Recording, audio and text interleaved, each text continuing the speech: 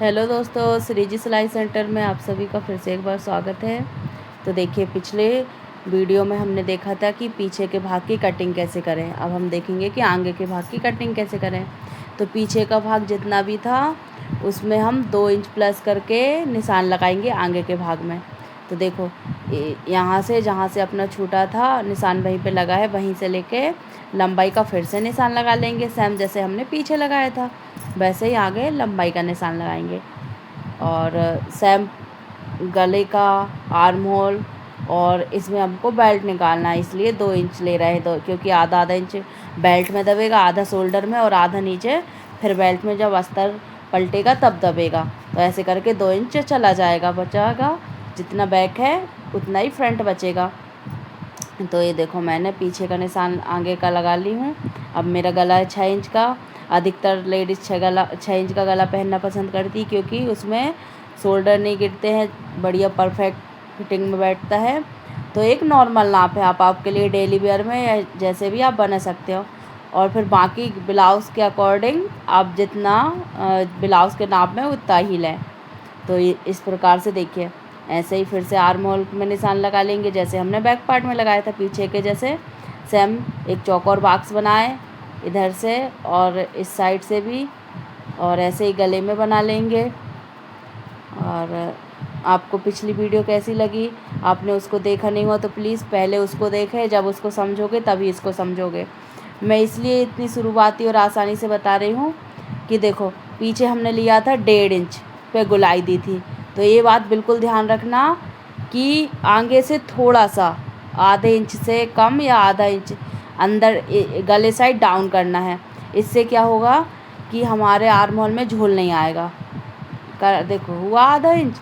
ऐसे ही आधा इंच से थोड़ा कम है, ये मैंने डाउन किया। अब यहाँ से 1 इंच पे गुलाई दे देंगे। पीछे के भाग में हमने दी थी 1.5 इंच पे, यहाँ देंगे हम 1 इंच पे। और वही सेम प्रोसेस दोहराएंगे। टेप को फोल्ड करके एक निशान लगाएंगे इस साइड में। चेस्ट का चौथा भाग लेंगे, उस पर निशान लगाएंगे और सेम वैसे ही गुलाई दे देंगे। ये देखो, इस तरह से। तो ये 8 इंच पे एक और निशान लगा लिया, क्योंकि अब हमारा चेस्ट है 32 इंच। हाँ, एक बात आप यहाँ समझिए कि यहाँ पर वो देखो 2.5 इंच पे लगा के गुलाई दे देंगे। एक बात मैं ये बोल रही थी कि जब अगर आपका साइज़ बढ़ जाता है, जैसे 36-38 हो जाता है, तो जो अपन ने आगे का लिया ना, अभी सेम अपन ने कितना लिया, जितना पीछे चौड़ाई है उतना, और 2 इंच मार्जिन। लेकिन जब अपना चेस्ट हैवी हो जाता है 36 साइज 38 साइज, तो इसको 1 इंच बड़ा काटते हैं। 1 इंच बड़ा काटते हैं ताकि इसमें टक्स ज़्यादा डले। अब इसमें अपन नॉर्मल टक्स डालेंगे, क्योंकि हैवी चेस्ट नहीं है, छोटा नाप है तो छोटा मार्जिन डलेगा, छोटे टक्स डलेंगे। और ये देखिए, बेल्ट की मार्किंग करते हैं। तो बेल्ट कितना आ रहा है, यहाँ से 4 इंच पे बेल्ट ले रहे हैं, क्योंकि बना बनाया 3 इंच आना है। आधा इंच ऊपर दबेगा, आधा इंच नीचे दबेगा।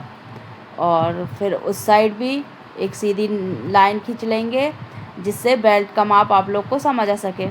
और उस साइड से ले लेंगे 3.5, क्योंकि उधर भी आधा इंच नीचे आधा इंच ऊपर दबेगा, तो वो रह जाएगा 2.5 इंच। और अब जो देखो, आपको लग रहा होगा सीधी सीधे बेल्ट की कटिंग इस तरह से आधा इंच ऊपर लेके, और इस ऐसे नहीं समझ आ रहा है तो मैं आपको एक तरीके से समझा देती हूँ। फिर से यहाँ से लाइन स्ट्रेट खींचना है। सीधी लाइन खींचने के बाद में आधा इंच ऊपर थोड़ा ऐसे घुमाव दे देंगे, जिससे बेल्ट एकदम परफेक्ट कटेगा और ऊपर के भाग में भी गुलाई आ जाएगी। अब इसको काट लेते हैं। हमेशा जहाँ से निशान लगाए उससे थोड़ा सा नीचे अपन को, ये यहाँ से जाके सीधा है लेकिन अपन को थोड़ी सी गुलाई में काटना है। तो नीचे के निशान से ये देखो, मैं थोड़ा एक चाप जैसे नीचे जा रही हूँ और फिर ले जाके वहीं पर सीधी लाइन में ला दूँगी। तो ये होती गुलाई, क्योंकि इसमें टक्स डालना है, आगे गुलाई। तो ये सीधे अब जैसे है वैसे ही काट लेंगे। और अब आर्म होल में मैंने गुलाई नहीं दी थी, तो आर्म होल में गुलाई और दे लेते हैं, फिर आर्म होल कट करके गला कट करेंगे। तो देखो कितना इजी है। फ्रंट का मतलब सामने का भाग कट भी गया और साथ में बेल्ट भी निकल गया।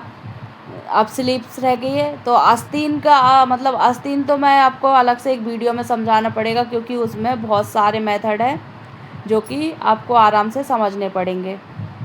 तो ये देखो, मुझे सामने से गला थोड़ा चौड़ा चाहिए था तो मैंने थोड़ा सा घुमा के काटी हूँ। सेम वैसे ही कटिंग कर लेंगे जैसे पीछे की भाग की थी। अब देखो, अगर उतने ही समय जो गले का कपड़ा काट देते, उधर से काट देते तो ये इतना कपड़ा नहीं बचता। अब ये कपड़ा कम से कम लम्बा बच गया तो ये अपन को आगे चल के जब अपन ब्लाउज लेंगे, जब अपन को काम पड़ेगा। तो ये मैंने आर्म होल की भी कटिंग कर ली, बेल्ट भी कट हो गया, 3 पार्ट अपने कट हो चुके हैं, बेल्ट और आगे का और पीछे का। अब बची है सिर्फ आस्तीन और अपने पूरे ब्लाउज़ की कटिंग हो जाएगी। और ये देखो पूरा कपड़ा बच गया। और मतलब इतना इजी है ब्लाउज़, आपको लगता है कि टफ़ है, नहीं, लेकिन कटिंग करना बहुत आसान है। सिर्फ आपको ये ध्यान रखना है कि हमको 4 चीज़ काटनी है, बेल्ट, आगे का भाग, पीछे का भाग। और देखो इस तरह से इसको जमा लेंगे। देखो आधा इंच की गोलाई आगे वाले में रहती है, इसलिए इसको आधा इंच कम करते हैं। और ये नीचे रहा, यहाँ पर बेल्ट रख देंगे तो ये परफेक्ट ब्लाउज आ जाएगा। अब आस्तीन काटना है तो मैं उसका एक लॉन्ग वीडियो बनाऊंगी, तो नेक्स्ट वीडियो आस्तीन की आएगी और फिर हम इस ब्लाउज़ को स्टिच करेंगे। तो हर परफेक्ट वीडियो देखना, एक के बाद एक वीडियो देखना, ताकि आपको पूरा समझ आ सके। अब देखो इसको काट लेते हैं, नीचे से जहाँ से लाइन है वहाँ से बेल्ट काट लेंगे। पूरा बना बनाया बेल्ट आ गया, अलग से अपन को बेल्ट काटना ही नहीं पड़ा। लेकिन ये छोटे साइज़ों में होता है, बड़े साइज़ों में नीचे ज़्यादा जगह नहीं बचती तो हमको कभी कभी बेल्ट अलग से भी काटना पड़ता है जब कपड़ा छोटा हो। जैसे 80 सेंटीमीटर में हम 36 या 34 38 साइज़ का ब्लाउज़ बना रहे हैं तो नीचे इतना कपड़ा नहीं बचता है कि हम उसमें बेल्ट काट सकें। तो वो भी मैं आगे जब इतने हैवी साइज़ के ब्लाउज़ काटेंगे तब वो भी बता दूँगी। और 1 इंच मैंने पीछे से बेल्ट को काट लिया, वो क्यों, वो भी मैं आपको अभी क्लियर कर देती हूँ। देखो इस तरह से बेल्ट जुड़ेगा तो ये थोड़ा छोटा आ रहा है, लेकिन यहाँ पे 1 इंच का टक्स भी तो डलेगा, तो आ गया ना बराबर।